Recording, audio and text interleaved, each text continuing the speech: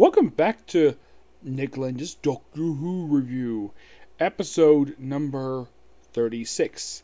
This is the 60th serial for Doctor Who. We have Day of the Daleks, which features the return of the Daleks, first time since this story right here, Eve of the Daleks.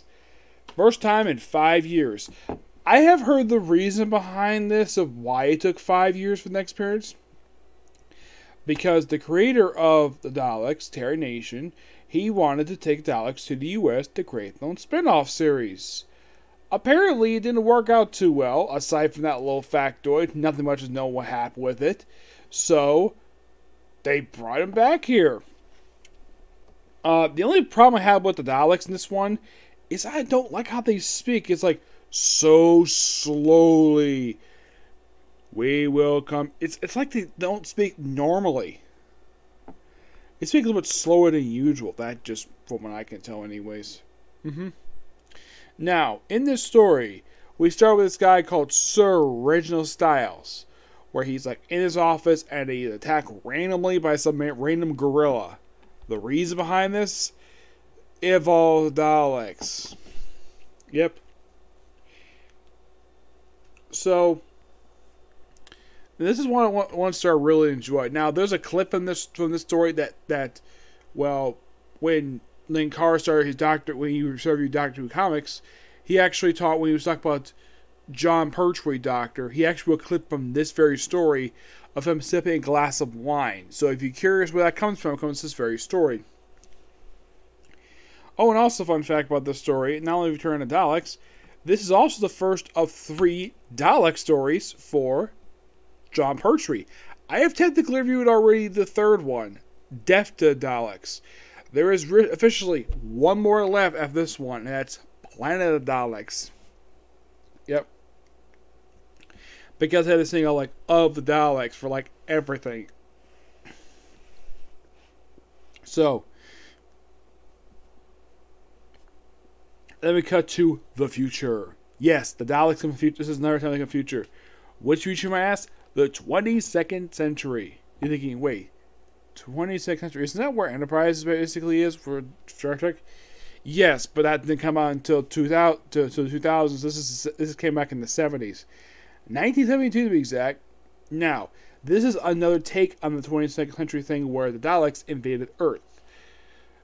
They invaded for a completely different reason. They explain the story. The reason why they were to invade the planet is because of the fact that during the late 20th century, there was a series of wars that kind of devastated the planet, and Daleks just swooped in and made all the remaining humans their slaves. Yeah, that's simply what happened there. And then we don't see now the only know. Now here's the thing: all 3 cliffhangers end with showing the Daleks in some form or fashion.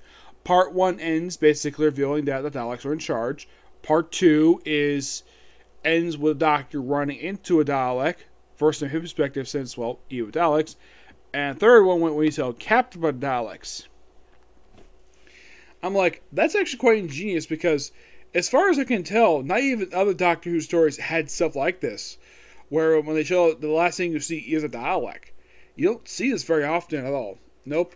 There's a guy who's kind of working for them called Controller. Now, that's what he's called. There's no real name to this guy at all. So, then we have these other resistance fighters come back in time to kill Reginald Styles because supposedly he's what caused it, but not really.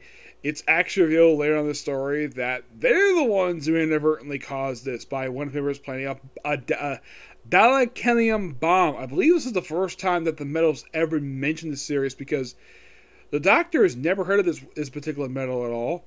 And from what I've heard, it's actually, believe it, it's later explained, this is what the shells are made of, Dalekanium.